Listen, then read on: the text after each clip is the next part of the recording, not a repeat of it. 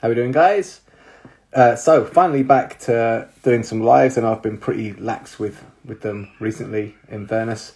But this is one that I've been working on trying to get together for a while, and for one reason or another, it hasn't happened. I've always wanted to speak to someone that had been involved in physique competition, and funnily enough, Sky walked through our doors over at Combat Base in Dewsbury, and has history in competing in physique competition. So speaking to her, wanted to get her on and kind of talk to her. How are you doing, Josh? About what it takes to compete in physique competition, kind of life once the competition's over. So I think that's something that you don't really get to see in a lot of sports, really, but particularly when it comes to physique competition, it's something that can be very taxing on the body, and not a lot of people get to see that side of things. And Sky, being very candid, I think it would be a great one to get on. She's actually just jumped in, so I'll give it a wave, and now my techpho brain is going to see if I can remember how to do this, because it's been a while. So give me a second while I pull Sky into here.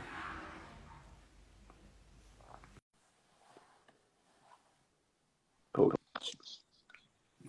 Winner, how are we doing, Sky? I'm good. How are you? I'm good. Thanks very much for doing this. I was just rabbiting on to everyone that this is something I've wanted to do for ages. So I'm pretty glad you're having to just wander into Combat Base, being the perfect fit for the talk. And I know you're very busy, so again, thanks very much for doing this. I appreciate it. No problem at all. Thanks for having me. Yeah. Also, just a trigger warning for people. I am going to be drinking coffee as this goes, so if that's going to stress you out, I'm sorry. You're just going to have to deal with it, because I'm fairly tired. So Are you ever not drinking coffee though? Let's be honest. No. This is true. Coffee is life. It is life fuel. Hey to everyone jumping in. So, firstly, Sky, before we go into like the ins and outs of physique competition and stuff like that, talk to us a little bit about what inspired you to walk into the gym in the first place, like your beginnings in fitness, and obviously kind of where you are now. You can give us like a brief overview of Sky up until this point. Okay, probably not what people are going to expect. So I hated, no, I'll tell a lie. I didn't mind physical activity and sports at school. I wasn't that crazy about it. When I left school, I did nothing active whatsoever. Bit of a party animal, travelled around Europe a little bit, wasn't really interested in taking care of myself. And then it was just after my 21st birthday, and I was living in Greece, and I ended up breaking my hip. Ouch. Yeah, and there wasn't really like a specific reason. It was just kind of, oh, your health is so bad that you've ended up falling and breaking your hip like a little old lady. So that was like the big wake-up call for me. That was like, you really need to get your shit together. And especially when I came back to the UK and everybody was treating me like I was a freak, like all the doctors kept coming in, they would like read my charts and be like, no way, this x-ray is not you. You're 21, like this isn't you, this is an old lady. I'm like, no, it's me, it's really me. So that was the thing that got me into the gym and into training. I'd kind of on and off gone, and we spoke about this well, you put this in my question box the other day about, like knowing your why. Yeah. And I think before that I had jumped in and out of the gym, and it was more of an aesthetic thing of like, oh, I feel like I need to lose weight, I should go to the gym. But I don't think I really connected with it, because I wasn't really bothered. Yeah. When it came to my health, I was like, this is serious now. Like, you do actually need to get your shit together and take care of yourself. So that was what got me into training. And as a byproduct of that, like the benefits I got from that health-wise, mental health-wise, I did end up losing a bit of weight, gaining some muscle as you do, but it wasn't actually my goal. I kind of just thought to myself, you know what, if I can do this and like literally change my lifestyle around, then anyone can, and I want to be the person that helps them. So that's when I went on to do like my level 3 PT course, well, level 2, level 3, and then started working as a personal trainer. So that was my journey into it. And yeah, the bodybuilding didn't come until about 3 years after I started coaching. Okay. So with that, when it comes to bodybuilding, that's a very niche pursuit that not a lot of people go down to, and especially for women as well. like the general attitude, I know it sounds like a massive stereotype, but you see a lot of women like, oh, they kind of gravitate very strongly away from that kind of aesthetic, you know, like the very ripped thing. They don't like the image of themselves looking like that. What kind of led you down into that pursuit, and to the point where you were competing as a bodybuilder as well? Like what kind of, how did that come about? So I think me genetically, I not upper body but lower body, I put on like muscle quite easily on my lower body, and I think people started to notice and be like, wow, like you're quite muscly, like, and then people make comments like, do you do bodybuilding, do you do some kind of sport? And I was always like, no, I just really like training, like I just do a lot of strength training. So I think that started to put like the seed into my head, but I didn't really know anyone that had done it before. Yeah. And then a couple of my friends were doing shows, and I was going and supporting them. And I was like, do you know what? Like, this looks like a great challenge. And I really like a challenge, and I'm a very extreme person. So this seems like my kind of thing. So yeah, and I had another accident, another one, because I love accidents. And I ended up burning myself in a kitchen fire. And I had like really, really horrific scars, and it gave my confidence a bit of a knock. And although I never really had body image issues up until that point, I did start to feel really self-conscious about the scarring that I had. And it was quite angry. It was pink. People would always point it out. So I got to this place where I was like, I'm never getting my legs out. I'm never showing anybody. So then I was like, you know what? You can't live like this. It's not good. So as extreme as it sounds, the bodybuilding was like, okay, let's do something that's going to really put you out of your comfort zone. Something that you can like train towards, something that you can work towards, that's going to challenge you mentally, but also kind of address this thing that you've built up because you never used to be bothered about this. So it's like, you're going to be on stage in a bikini. You need to get used to having your scars on show. So that was another element of it. But yeah, I think it's just the challenge of it. But also I think there's another element to it that I think only started to creep into the industry at the time that I started bodybuilding, was I think people think if you're a good bodybuilder or you've done bodybuilding, you're a better coach. And that's absolutely not the case at all. Yeah. But in my little warped perception, I was like, people will take me really seriously if I'm in really good shape. And although like I've got a decent bit of muscle and like I train regularly, like people will really think I'm the shit if I've got like a six pack and stuff, which is so wrong. And I get that now, but at the time I was like, this is going to be the thing because no one else does this. So I think that was another element of it. Yeah. Well, it's good that you mentioned that, because you hear that quite a lot. Like, people don't realize it. Like, the fact that, you know, someone's like absolutely ripped and chilled doesn't necessarily mean they're going to be a good match for you. I mean, they may be, but you know what I mean. The two things, they're not something that's going to go hand in hand. No. I was just like internally also chuckling over the fact that in the first 10 minutes you've gone over like two pretty horrific injuries. Yeah. Hello, my name's Sky, and I have lots of serious injuries very often. No, touch wood. I'm 30 this month, and I haven't had one in a little while. this is yeah. You just yeah. I'm literally at wooden desk somewhere. I'm guessing that's probably what got you through our doors. Like, realizing I haven't injured myself in a while. What can I do? Let me take up combat sports. That will be the one. That is the thing. Lose some teeth, break some bones, get choked out. That's what I need. That's the excitement I need. Right up your street. Yeah. No. Yeah. Go on. Sorry, I was going to say that when it comes to bodybuilding as well, I was quite excited to talk to you about this, because I know you're pretty candid and you're quite open. And when it comes to bodybuilding, especially like, you know, to the point where people are competing and stuff like that, people outside of it don't get to see the process. They see the finished product, someone on stage that looks really chiseled, you know, and they don't get to see the work that's gone into it. And not only like the work in terms of like the training, but you're talking about the nutrition that they follow that can be like insanely restrictive and can lead to a whole host of issues.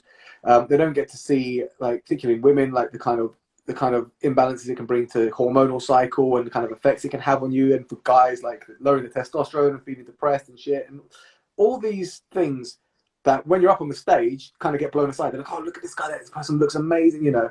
And they don't get to see what it took to get there, you know. Yeah. And I knew you were someone that would be pretty open about speaking about that kind of stuff. So I figured I'd speak to you. Like, talk to us a little bit about, so how long were you bodybuilding for?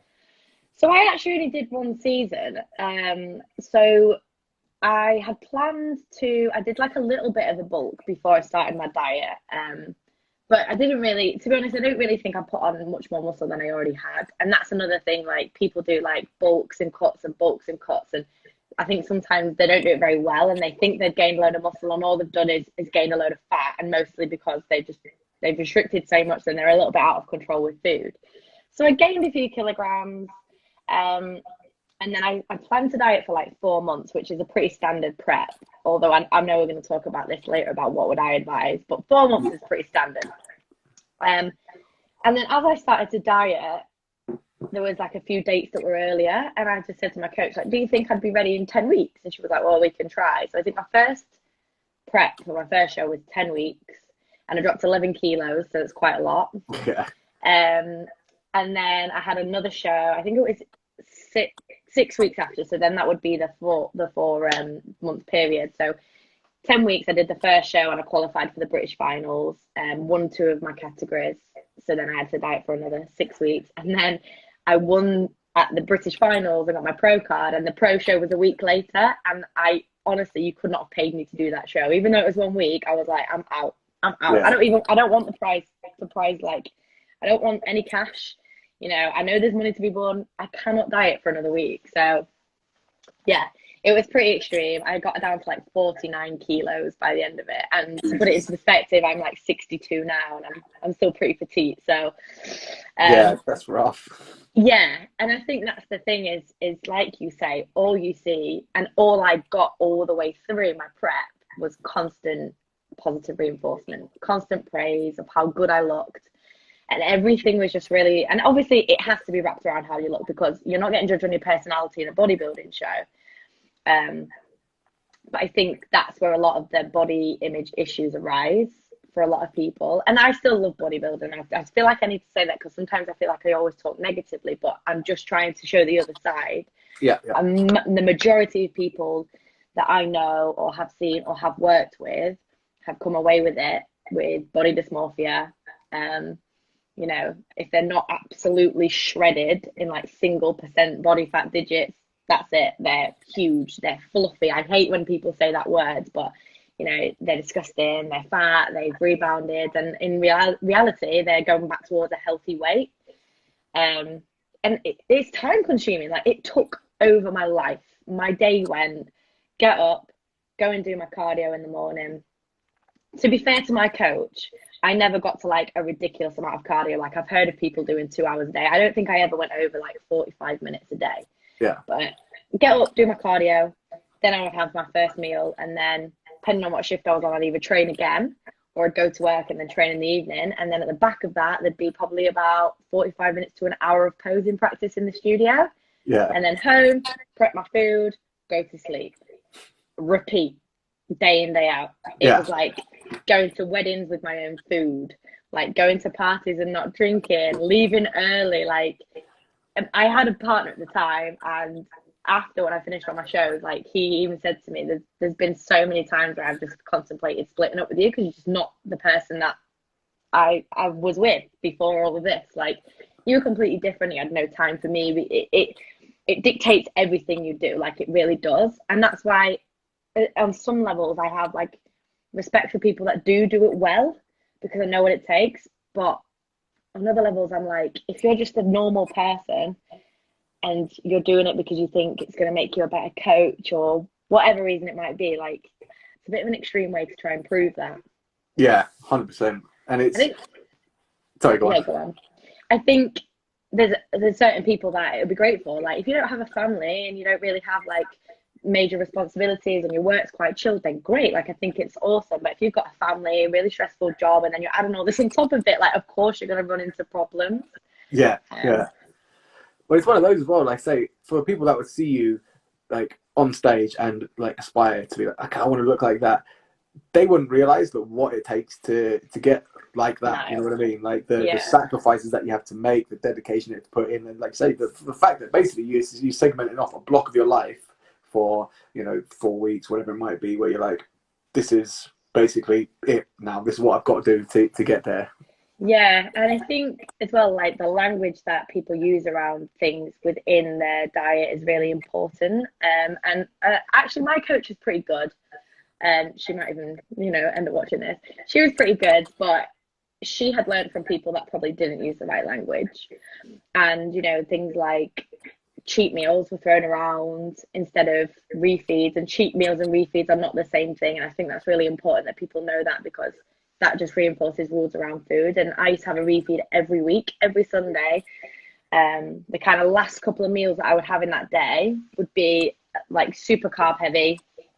It wasn't like pizza and stuff like that. It was literally like you can have as much white potato and like rice cakes and oats and bagels and stuff and sweets, as much, like literally like go all out. So it wasn't even really calculated. So that's another thing, is like I probably would never do that again, because I would literally be like, Yeah. I've got 2 hour period to go mental. And that's something that stuck with me, and it was really hard to break when I got out of bodybuilding, was that Sunday night refeed mentality, cheat meal mentality.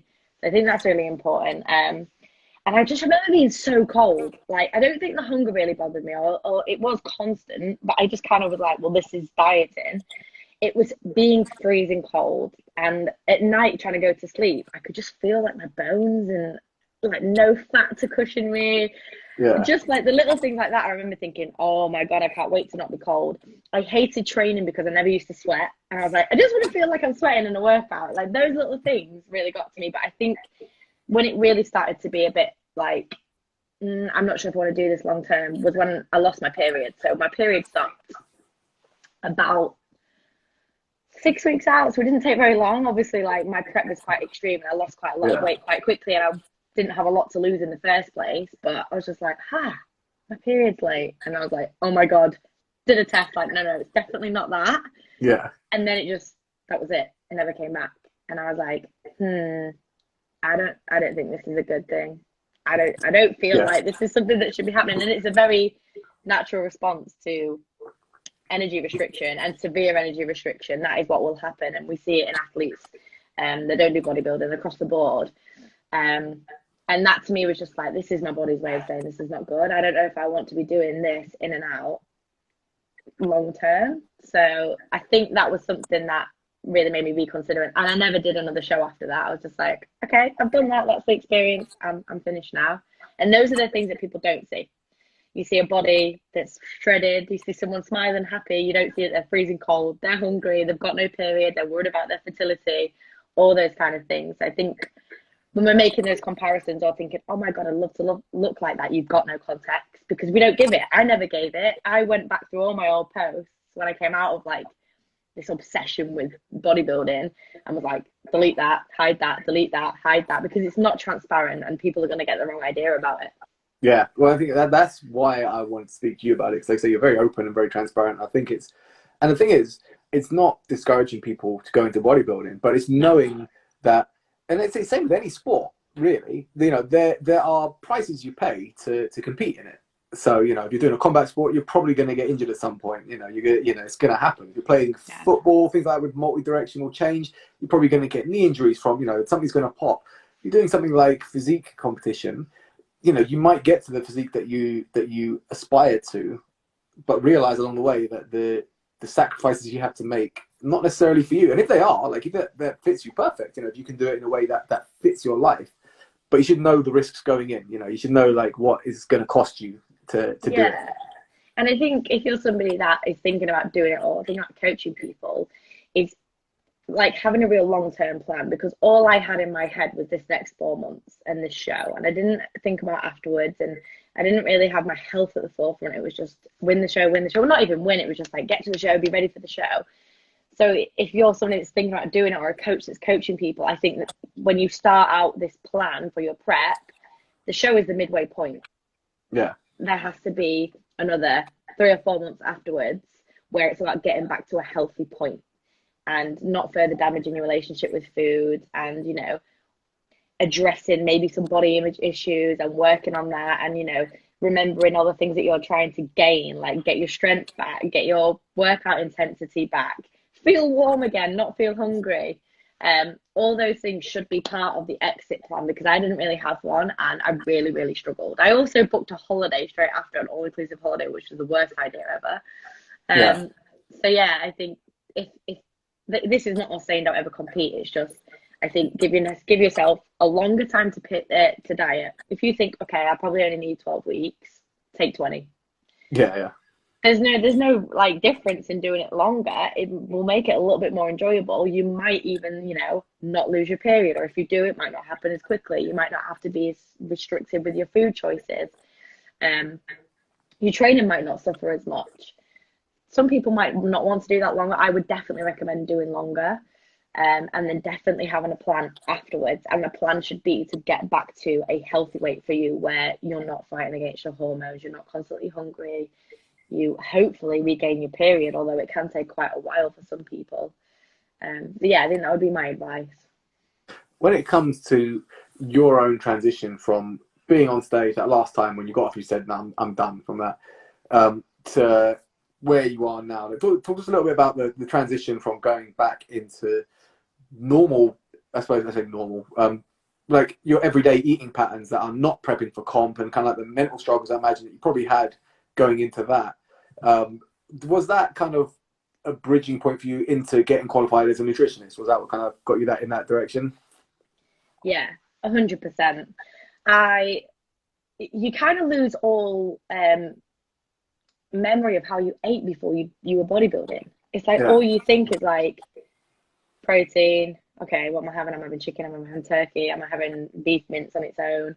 Okay, and then what I'm having with it, is it going to be asparagus today or broccoli?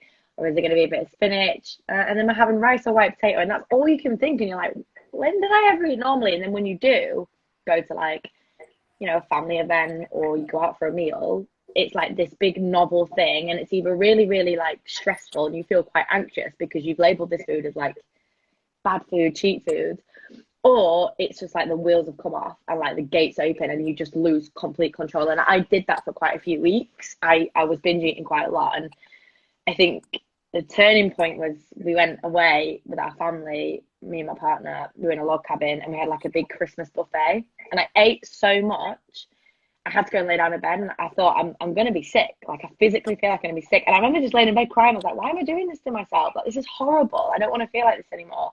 And I started just following more accounts that were talking about how to kind of address your binge eating, what not to do, try and break these, because then I would go and try and compensate the next day. All right, that's all right, because I'll just do an hour's cardio tomorrow. So trying to break that pattern. And then I could see it in other people that had competed like with me. And I was like, this isn't good. Like, Yeah. I don't want to do this. So yeah, definitely that's what got me into, right. I want to study nutrition and I want to help other people that are kind of going through this. I think I'm quite lucky because I am quite a strong-minded person. So I did kind of have the mindset to be like, no, come on now, get a grip. Whereas other people probably, maybe competed when I did, still suffer now. And I have done talks and stuff before, and I've had girls that competed with me that were like, I still binge eat now. I've still got this mentality. So yeah. With like I said, with transitioning away from the various eating issues that you would have had to face as well. One of the comments you made, kind of offhand when we were in the gym recently, you were talking about how training for bodybuilding made you hate training. And now Yes. anyone that follows you at the minute will see that you're actively training quite a lot, and your training's obviously changed a lot from bodybuilding. And for anyone watching this that hasn't followed Sky, you want to follow it because she has some of the most amusing, like, you post a lot of your strop videos, they're amazing. My They're so fails. good. Yeah, because the thing is, like I say, that's one of the reasons that I wanted to chat to you anyway, because you're like, say, you it's not just like you like, oh, send it, throwing like huge weights up, you know what I mean? Like you're posting videos where you'll go through the clean and you'll throw it down and just like stand around like cross, you know what I mean? You show like everyday lifting, and what you're doing is impressive, but you're not showing like, oh yeah, look, I'm smashing it every day in beast mode, woohoo. You're showing like, yeah, it's tough. Sometimes training's not going to go ideally, but it makes you more relatable, more human. And I would say more inspiring to people that want to get into lifting, saying like, oh, she looks really strong, but she misses her lifts and she does this. When you obviously stopped enjoying your training, and now it seems like you've very much rediscovered your love for training. Now, how did you fall into that pattern? What got you back into enjoying training? I think it was changing the reason why I was training. Like we said before, it was the why behind it. And I think because I didn't have this looming physique show anymore, like bodybuilding training is very repetitive and very boring. Yeah. Sometimes it's great. I love like a little pump session, But if there's no kind of end goal to it, and you're not trying to massively change your physique, and that's all you're focused on is just like, oh, I want to get bigger shoulders, bigger glutes, and look shredded, like, it's very boring and it wears thin. And I didn't have that physique goal anymore. So I just was going through the motions and hating it and dragging myself to the gym and feeling like I had to, and to keep up appearances almost. So instead of thinking like, okay, I want to change, I'm not training for a physique goal, then what am I training for? It was, okay, we'll train to learn a new skill, do something different, get stronger. Let's set some performance goals, like strength goals, learn to do new things. Like pistol squats is something I've never been able to do since breaking my hip. So I was like, okay, that's what I'm going to train for. And then I found that type of training and making progress that way, which you can measure and see a lot more than you can gaining muscle, is so much more rewarding and so much more empowering. And it just got me back into, like you say, the bug of training again, and being like, okay, now I feel like I'm getting somewhere. Now I feel like I'm empowered by my training. And also, yes, it's good for my health. And yes, bodybuilding style training can be good for your health, but it was completely shifting my focus from what I looked like and what I was trying to look like to being faster, stronger, more powerful, and setting those kind of goals and then smashing them essentially, which I find is a lot easier, or more rewarding than, okay, I want to grow my glutes by 2 centimeters, which is a fine goal to have, but you're going to get there and move the goalpost again. So, and I know it's the same with performance goals, but that was the thing that got me back into it. And obviously now shifting again even more towards getting into different sports. Well, it's funny that you mentioned that, like training for like physical attributes, like performance, being stronger and faster and stuff like that. Because it was something that I when I was young, when I was a kid, my dad competed in bodybuilding, and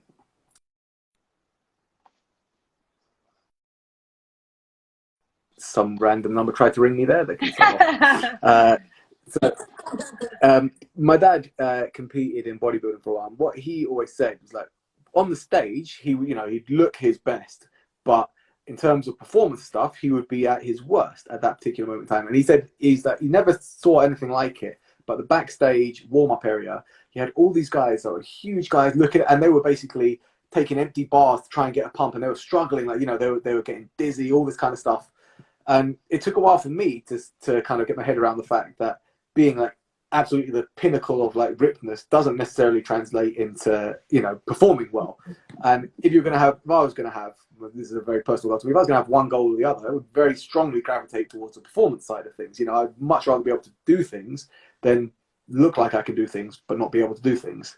Definitely. And it's something that I try and get my clients to focus on as well, is taking that shift away from everything being centered around the way that you look. Like, not everything is attached to the way that you look, and you don't need to look a certain way to do certain things. And I see it now all the time, like, and in like BJJ as well, like, you see a small person, you're like, me, they're strong, like, they know what they're doing, they know how to use their weight, and it's like, you can underestimate people that way. And I love that, because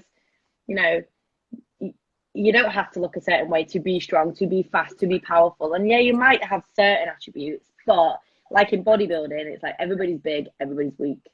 It's not impressive. It's not impressive when you actually get down to it. And that's what I mean. When I got to the end of my prep, I was like, oh my God, training is I'm not recovering, I'm not sleeping, I'm not lifting even half the weights I was lifting when I started. And it's just so demotivating. The only thing that keeps you going is like, okay, I've got a 6-pack, so I guess that's cool. And by the end of it, I was like, take the 6-pack and fuck off. Kebab's over out. That's all I'm bothered about. I was going to say, going from that, like, feeling when you're not feeling your best physically in terms of what you can physically do, to doing your first like barbell clean and jerk, or something like that, must have been like an amazing feeling. And I see, like, a lot of the stuff you're doing at the minute is geared towards like CrossFit style training, which I dabble in and out of just because it's hard work and I find it fun. I like having like a hard challenge to do, just to test myself from a mental perspective. What kind of got you into that type of training? Was it because there was a boom of CrossFit at one point, and there's a few places around the north that are doing it. Mm-hmm. Was it someone recommended to you, or did you see something and be like, I want to be able to do that? Like, what kind of pulled you that direction? Yeah, good question. I actually did it before bodybuilding. I did CrossFit for like a year, but I hate doing this because then you always go, oh, I want to know where this was. But I went to a gym, and I won't mention where, and I think the way they program their workouts, or maybe I was just a dick, but I just was injured all the time, like putting my back out and always feeling sore. And because I was so active within like teaching classes and being a personal trainer, I just was like, I like this style of training, but I can't live like this all the time. I'm so sore. So, and then I ended up moving away from where I was living somewhere else. So I knocked it on the head. And then that's kind of when the bodybuilding bug set in. So when I came out of this, I'm not really training for a physique goal anymore. What do I want to be? And, you know, I was approaching my 30th and I was like, you know what? I would love to go into my 30th year as like the fittest, strongest, like best version of me in terms of movement. I move the best I've ever moved. I'm the fittest I've ever been. I mean, COVID for a bit of a spanner in the works. So yeah, then I was like, well, I just remember that I did enjoy CrossFit. Let's give that a go. And the gym that I'm at now is absolutely awesome. And plus the community side of it, that's the thing that really got me. Like bodybuilding, you train on your own. Yeah, you train with people sometimes, but like I said, it's been really boring and monotonous. Whereas you go into a box and you know there's going to be a coach there with you doing a class. If you're doing a class, there's going to be other people there doing it with you. If you're not doing a class or just doing some lifting on the platform, there's still people around and everybody kind of knows each other. And you get that in most boxes. And I thought, you know what, I really want that. I really need that. And it's the same with like BJJ, like that community. Everyone's so welcoming. Like you can't wait to go back. So that was a big part of it for me. Yeah, and I mean, like for all the stick that CrossFit gets, and I think it's more a case of, I hesitate to say that bad CrossFit gyms, but gyms that, like you say, are maybe not programming to the best or specifying enough for people of different abilities so that lead to injury. So you get all that, the injury memes and stuff like that. But what they do really well is build that community. You know, like even at the gym I train around the corner, which is like a normal commercial JD gym, there's a CrossFit crew coming together. Always coming together, or they meet each other and they do their workouts together, you know what I mean? And it's like you can see their little posse, they're motivating each other to do it, you know, and that's obviously carried over from whatever CrossFit box they were training at before, you know, they're now doing it here instead. And I think there's a lot to be said about the ability to stick at chasing your goals and push them further when you have a strong support network around you like that, you know. 100%. And I think it's the same in like, if there's all little pockets of our industry that like to slate other people doing this and other people doing that, and like, yeah, you get bad CrossFit gyms, CrossFit coaches, you get bad personal trainers, you get bad nutritionists, you get bad martial arts coaches, you know, in every corner of our industry, there are good and bad. And I think we can't just tar it with the same brush and go, yeah, they injure people all the time, or they're just brutes that want to choke each other out, or, you know, they're just giving out bad nutrition advice. Like, not everybody is. So, but yeah, they definitely have got the community side nailed. Yeah. I don't think I'm ever going to be that competitive with CrossFit. I was actually kind of leaning into that. Like, have you ever been tempted to do like a competition, like to see how you get on with it? I probably will at some point. I feel like I'm still learning, but like for me at the minute, like every week, I'm something's going better, and even if it's not, like I still feel like I'm being consistent with my training more. So that to me is a win. So it's really, really motivating in itself, even when I'm still shit compared to other people, which I know you shouldn't compare, but it doesn't bother me. I'm like, I want to be like that. It inspires me. Same with like BJJ. I get frustrated. I'm like, oh my God, I'm so shit, but I'm still going to come back because I love it. But I think BJJ is going to be the thing that I might tackle next year. Bit of competing there. Well, the good news is for that, like I say, we'll get you ready for a comp on that, but you'll be able to... I've got a good coach, you see. yeah. I don't want to say anything, but you'll actually be in the rare position of not being the usual jiu-jitsu or MMA athlete that just murders themselves trying to get down to weight, you know. It's something that we kind of joked about in the gym, like talking about our shitty weight cuts and stuff like that before. And having like done not as high level as you, obviously, by any degree, but doing like nutritional training and kind of getting a handle on things and realizing like, oh my God, I did that probably like the absolute worst way you could possibly do it. Do you get like that kind of thing, like when you see people, or have you spoken to people that are training for, let's say, bodybuilding or whatever it may be, now with your nutritionist hat on and being like, how would your advice change to them based on like the stereotypical what someone would tell you to do if they weren't a nutritionist for a physique competition, to Sky the nutritionist realizing like, okay, I need to get them there, but I need to get them there safely. Like, I suppose that puts you in a pretty, I suppose, yeah, a pretty freaking awkward spot, because your nutritionist Yeah. brain would likely be probably advising you not to take it to that extreme. There's always going to be a level of extreme with bodybuilding, but I think what happens is people go really bro really early. So it's like the second you say that you're going to do a bodybuilding show, it's like, okay, that's chicken and rice tomorrow for the next 5 months. When Yeah, it's not necessary. Like for me, I would keep as much variety in as you can and use flexible dieting. I think sometimes flexible dieting can be a bit problematic. But you find with bodybuilders, they're the most adherent people ever. My yeah, coach could have told me to eat cardboard for 2 months, and I would have been like, yeah, cool. How many grams? yeah, So I think you do find that most bodybuilders are pretty dedicated. So if you say, okay, we're going to try flexible dieting because it's going to be better for your relationship with food, they're not going to go off the rails with it. So, until it gets to that time when you are lower calories, because you're going to get to a point where you have to keep dropping your calories, and then your food choices are going to have to be a little bit more repetitive and boring and a little bit more bro. That would be my advice, because people just do it bam from the off. yeah, And also like going in so hard with their cardio. I think it comes down to people not giving themselves enough time, and then they get like 5 weeks out. They're like, oh shit, like I'm not really that lean. Now I need to do 2 hours of cardio a day and eat 900 calories, and it's like, wow, no wonder you're absolutely fucked after it. yeah, So I think giving yourself more time, give yourself a little bit more flexibility. We know about calories in versus calories out now. Food choices do matter, but we can be flexible within our kind of macros and our calorie budget. And I think that's where I would encourage flexibility at the very start. Using refeeds cleverly. I think not giving it the whole cheat meal. Cheat meals aren't backed by science. Like they don't do anything. yeah, They're not even good psychologically. People think, yeah, it's giving me a little bit of a break. It's ruining your relationship with food, because it's essentially saying that you are breaking a rule by having this pizza or burger. It's like, yeah, let's use refeeds for what they're for. A little bit of a boosted energy, trying to boost leptin so you feel a little bit more satiated, giving you a little bit of a break from low calories, giving you a bit of a pump, giving you a little bit more energy and training, that kind of thing. That's what they're for. They're not there for you to go and stuff your face and be like, yeah, cheat meal, bro, pizza first week. yeah. Like that's not what it's for. So yeah, I think being really clever about it and a bit more meticulous, rather than just like, we'll eat chicken and rice and we'll have a pizza every week and then we'll do 2 hours of cardio and we'll be cool. Yeah, yeah. Well, I think that's like in like even away from bodybuilding, in like your general population that just want to lose a bit of weight and look better. Overestimating the amount of calories burned during exercise is probably one of the most common things I come up with. It's like, oh yeah, I ate all this stuff, but it's okay. I sat on the bike for like half an hour. It's like, Yeah. yeah, it's like at best the calorie readings that you're going to get are going to have some significant room for error.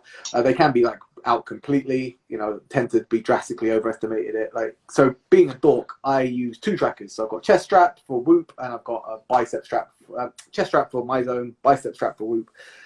But the calorie difference between those two, and those two are both touted as being like the pinnacle in terms of, but the calorie variance in the same workout is 200 calories every time minimum. It's the biggest I've had is about 350 difference for the same workout. You know what I mean?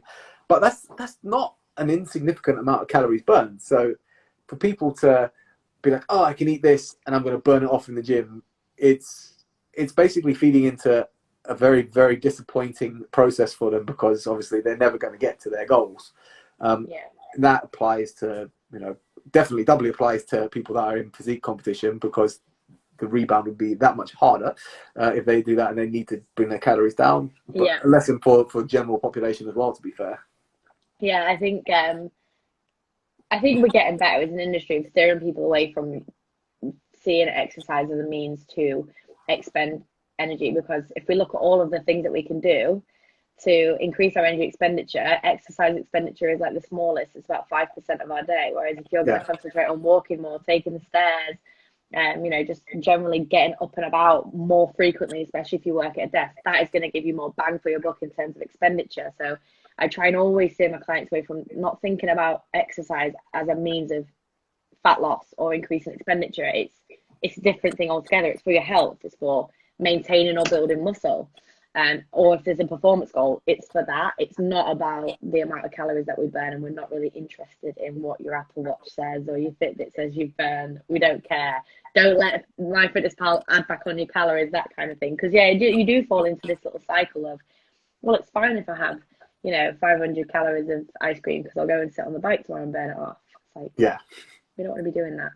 Yeah, well, I've had that conversation with clients before where we've worked out like a calorie limit for them to work within, and they'll be like, "Oh, I'm going to go do this exercise, and now I can eat these calories back." It's like, no, the calories I've worked out for you are based on your general movement. Yeah. It's factored in there. Like, Yeah. so basically, it's obviously you might have weeks that you're going to do slightly more exercise, but I've factored in roughly how much you move during the day, how many times you exercise for that. So ignore MyFitnessPal. Don't eat those calories back. Because I've had that before. Someone's like, "Oh, well, my weight's not moving. In fact, it's increasing a little bit." And I looked at it. I was like, "You're like 500 calories over your limit. What's going on?" It's like, I worked out. It's like, firstly, you completely diminished your deficit entirely. You're back at maintenance. Yeah.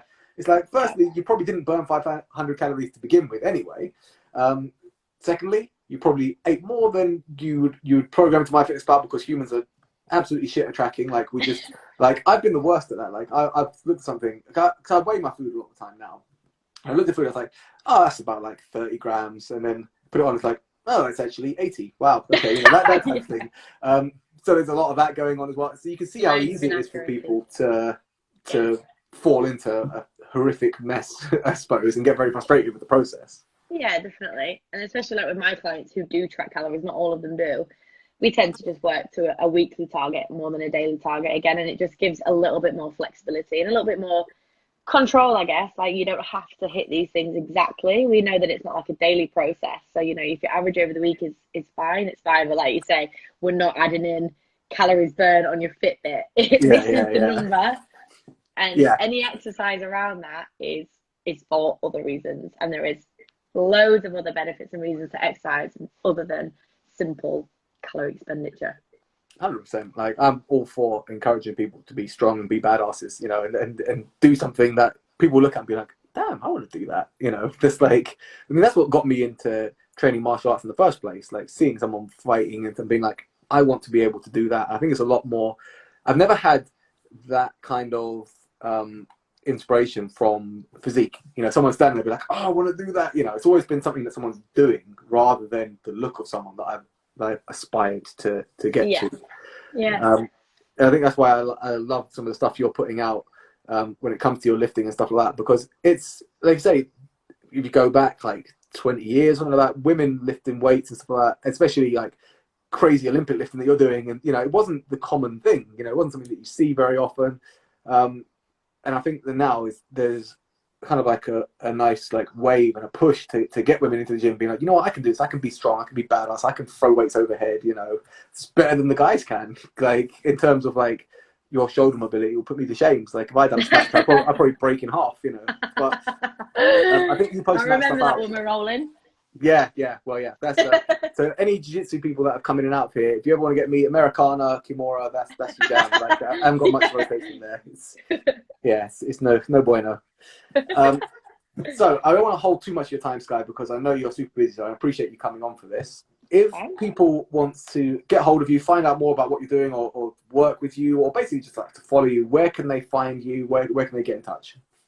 I spend a lot of my time on Instagram, so that's probably the best place. So yeah, my handle is at sky, SKY, .elizabeth.coaching. And yeah, a lot of what I do with my clients, my kind of values as a coach, you'll be able to see from the content that I put out. But if you have got any questions or anything you want to chat to me about, my DMs are a great place. I spend a lot of time in there as well. Well, no doubt you'll have some of my followers creeping in there soon, so apologies in advance for that, because some of them are more dubious of nature, but enjoy that. I'll put your handle in my feed, so anyone that wants to get in touch with Sky, I'll put her handle in here, so you can drop her a message and get involved. She's pretty awesome, so get after it, folks. And thanks again, Sky. Again, genuinely appreciate that, because like I say, it's something that I've been trying to get done for ages, literally months. So for you to like just walk into our doors being the perfect fit for it was pretty lucky. So I'll take that. Love it. Awesome. Thank you for having me. Yeah, awesome. I guess I will see you on the mats in a day. Yes. Enjoy the rest of the day, and thanks for Thank joining you. in, You everyone. too. See you later. Good night, guys.